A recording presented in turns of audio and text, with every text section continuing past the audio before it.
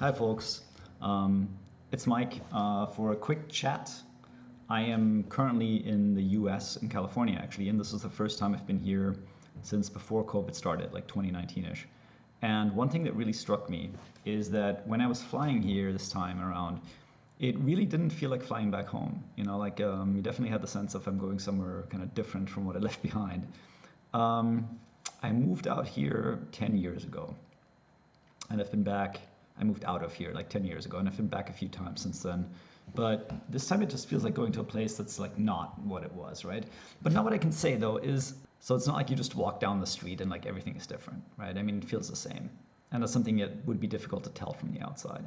Like you almost get this idea when you look at how people are thinking in the US or seem to be thinking, that you're dealing with a bunch of people who seem to be like locked into their cell phones and basements and social media. And I guess that's the reason, is because when you are on social media, those are the people and those are the thoughts that you're coming across, right? And so you feel like, okay, is everybody like paranoid to go outside and see what the world is really like and just, I don't know, experience some sunshine and friendliness and open their minds a little bit?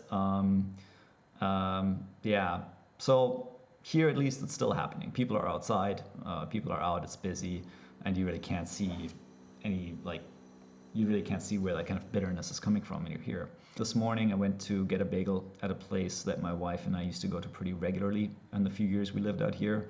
And afterwards, I was already eating it, and I saw a couple homeless people.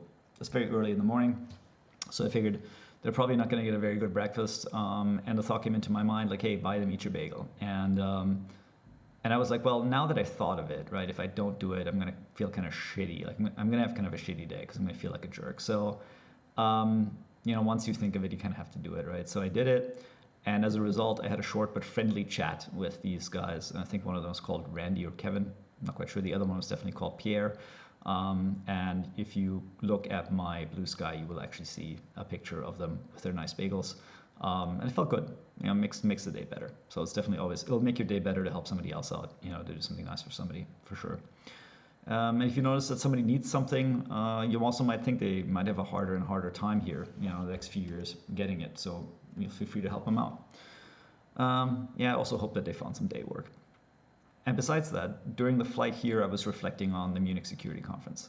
On Friday evening and Saturday evening, I pretty much took a couple of hours each day to fast forward through what I thought were the relevant speeches and QA discussions that came between the speeches. And if you're following the channel, you know that my immediate reaction to, for example, J.D. Vance's speech was just visceral, right? Because he had given a speech that would have literally started a war if he'd made the accusations that he made against Russia, like in Russia, or if he'd made, similar accusations against China in China, like they would have started moving on Taiwan the next day, right? Instead, he's giving the speech going against Europe in Europe. And if any regular person in Russia, like, you gotta think, like, if any regular person in Russia or China had made those kinds of accusations against their own governments, they would have disappeared like the next day, right? So really bizarre, incredibly hypocritical, also very hypocritical coming from the US right now. And of course, European politicians immediately reacted to this, as they should have. But the thing is, you can say this stuff, right? You can actually say this stuff in Europe. Nothing's going to happen to you, right? You can criticize the government here as long as you're not violating some norms and laws about actually inciting violence and intolerance and hatred in our society. And we made those exceptions for a reason, given our history, because we know that a really self-serving narrative for a given ethnic group or a set of ethnic groups can be really appealing when it's delivered by a leadership figure. A leader can make you sort of feel okay with being selfish in a way that you yourself alone, or maybe even with your friends together, you can't give each other that validation. And so I think it's important for leaders to encourage people to be their best, right? And not to let them slack into their worst. And that's what leadership is, right? It means not letting you give in to your most self-serving instincts and giving yourself too much slack. And of course, there's always going to be some opportunistic people that are going to try to get your votes by sort of like playing into your, I don't know, need for validation, I suppose. But the level that can be taken to, like what level people are taking that to, I think is a really big deal and can be a really big problem. And I think it's really, really unfortunate and inappropriate to make that kind of speech. And then, he delivered the speech, J.D. Vance delivered the speech and then left and hung out with the AFD after leaving the security conference. Just like a few days before, he had given a speech at the EU and then literally left immediately afterwards, before von der Leyen even had a chance to speak, right? So he just shat on them and then left before they had a chance to talk. And then this time around, he shat on them, and then we don't even know if he heard any of the responses or if he just was already out the door to go hang out with Alice Weidel in the pro-Russia party, right? And you can watch my other video, Mega Isn't MAGA, and see just how pro-Putin they are. It's Putin's party in Germany, according to material on their own website, and that's where he went to go spend his time. So where does it leave us? It leaves us with a very chaotic U.S. administration. I think it's very clear that you have these technocratic elements in this that are largely a community built on highly intellectual and mostly good collaborations between Chinese, Russians, Indians, white Americans, right? And at this point, the Chinese and Indian and Russian cultural affiliations in that group are as strong overall as the European ones, right? And I think these are all intelligent people, and I think they're almost all in the US with the best intentions, working in their companies with good intentions. But they just want to collaborate with each other and ignore or overcome their sort of like ethnic and cultural boundaries. And that also means the European one, right? So I think that this is just a group that you can't expect any particular affiliation with Europe from. And I think that's what you're seeing play out whenever you're seeing people from that group, that sort of technocratic group we have in the US right now representing the administration. And you will get the same kind of thing from Elon Musk that you get from JD Vance. Yeah. So, and then you have like the actual kind of statesmen in the administration, like Hegseth and Kellogg. Hegseth isn't much of a statesman, but Kellogg is. And they're also all over the place. Kellogg says Europe doesn't have any business being in a discussion about Ukraine and Russia. And then he comes back later and he says he didn't mean it like that. Hegseth says that European security isn't the US's priority anymore. Then later he says he still wants the European countries to spend more on defense. I don't know why. If you don't give a shit about the security of Europe, why do you care how much money they spend? And then generally, you just have the sense that there's no solid narrative that they agreed on, right? That could be deliberate, that you're keeping people guessing.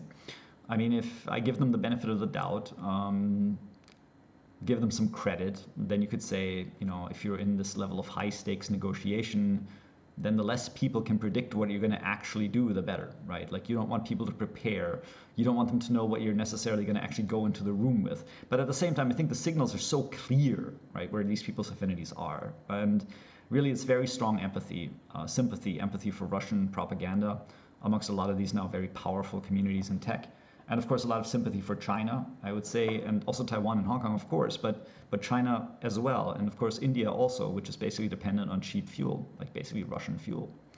And worryingly, you also have a very literal incentive for the US to kind of split Europe now when it comes to rare earths, right? I think that the strategic importance of rare earth just can't be dismissed, like how important this is for everybody right now.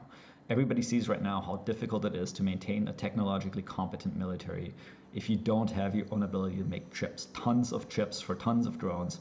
And right now we can kind of limit but not really remove Russian access to these chips to build these most advanced weapons. But frankly, if the US had to go to war with China, for example, it would be even easier. It would be much easier for China to cut off American access to larger quantities of chips than it currently is for us to cut off Russia. And at the same thing with Europe, right? So then you couldn't produce high-functioning modern weapons in Europe or the US anymore. And then the question is, do Europe and the US still trust each other enough that it matters? Whether one of them is primarily providing raw materials for computer chips, or whether both of them feel like they each have to be able to do it independently. And until Tuesday, last week, I probably would have said that it doesn't matter which one does it. They'll find a way to trade and collaborate with each other, just like they did with energy. And if you look at how much the US benefits financially long-term from supporting Ukraine in the short run, as long as they don't fuck everything up now, which they seem to be doing, and how much additional trade it opened up for the US, the argument is clear, right? Like well-intended trade and good relationships between countries that can trust each other is insanely valuable for both, right? Should always come first. But in the current reality, I think unfortunately what you have is an America that is completely, deeply distrustful of everybody, right?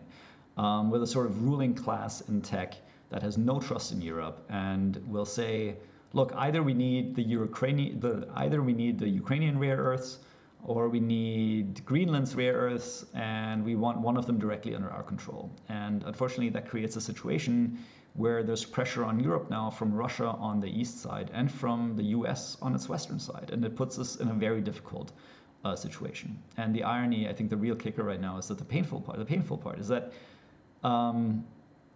the US preparing to defend the Western sphere of influence on its Western flank, like from China, or protecting Taiwan from China, would literally look the same as if the US is preparing to invade Greenland and attack Europe's Western flank. And the reason is that either way, one of the first things the US would be doing is withdrawing its troops from Europe, because else they would just get wiped out within European bases, if the US were to become too aggressive. So regardless of whether it's trying to let Europe defend itself and go defend against China, or getting ready to attack Europe from the West while Russia prepares some attack from the East, like some kind of modern Molotov-Ribbentrop pact, it's going to look very similar, because if the US were to escalate without preparing, then all of the troops currently in Europe would be suddenly surrounded and would get wiped out. So we're in a very difficult situation. If Europe could right now completely count on the US to really play a check and balance on China and let Europe worry about Russia, that would probably be fine. Europe can easily do that. Like, we need to probably, relative to the current amount of spending, we might need another 25-30% increase in defense spending. That would bring our total to like 2.6% of GDP, maybe 3%, something like that. And I think it would be easily enough to cope with Russia. And in that scenario, Europe can keep buying US weapons.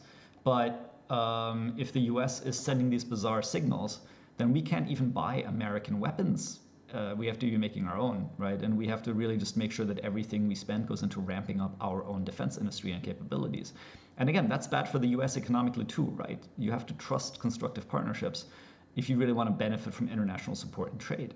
And if the US pushes Europe into a situation where it has to do everything itself, then we're not going to import anything from the US either, especially not expensive weapons that we can't trust when we have no idea how they're programmed. So it's difficult. I wish that the conference had, of course, gone very, very differently. And now it's also confusing as I get these really mixed reports, like Zelensky goes crazy, angry after the US speeches at the Security Conference. It's like, okay, Europe needs its own defense, make its own military, and integrate Ukraine. And you hear he's not going to go and meet with US and Russia because he wasn't invited. And then later you find that he's maybe going to UAE, but we heard the talks would be in Saudi Arabia, and those are different countries, so I don't know which one it is. And maybe there'll be some kind of talks, and maybe the leaders will be there, maybe they won't be there. He'll be there with his wife may already be there. It doesn't make any sense right now. We have no idea. I have no idea what's going to happen. I have no idea what's going on there. So yeah, the conclusion for now, I think, is that overall it's best for Europe to prepare to take the matter of Ukraine and Russia into its own hands, out of American hands, and to prepare to build the most military capacity that it can possibly build on its own, with its own weapons that it produces itself, which is very unfortunate. I'm a massive proponent of peace. I mean, I was so frustrated. I was pissed when the US started the war in Iraq. I was screaming my head off, and that war made me leave the US defense industry. I was so massively shocked and disappointed when Russia actually invaded Ukraine, when this whole mess started, or even the first time back in 2014, because US and Europe could have ended this back then, but they were too afraid. And they figured that the rest of Ukraine had a safer democracy with some of the most hardcore Russian-friendly areas removed from its voting population, so they were kind of okay with it. So yeah, the conclusion is it's best for Europe and Ukraine, I think, to be prepared to take this into its own hands.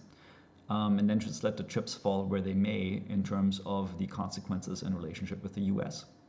And just to do its best to prepare. And with that thought, I would say once again that on the positive note, it's not over. Europe can handle this. And any kind of weird aggression from the US that might go off in the wrong direction, I think, can be prepared for. It would take time. It would take time for the US to reallocate troops that are currently in Europe. And there's still a lot of time to de-escalate on that front, which is probably a bit easier to do, I hope. So it's not the end for Ukraine's chances. Yeah, and with that thought, I will let you all get back to your day because I'm rambling, and hope you enjoy the rest of your day. Bye.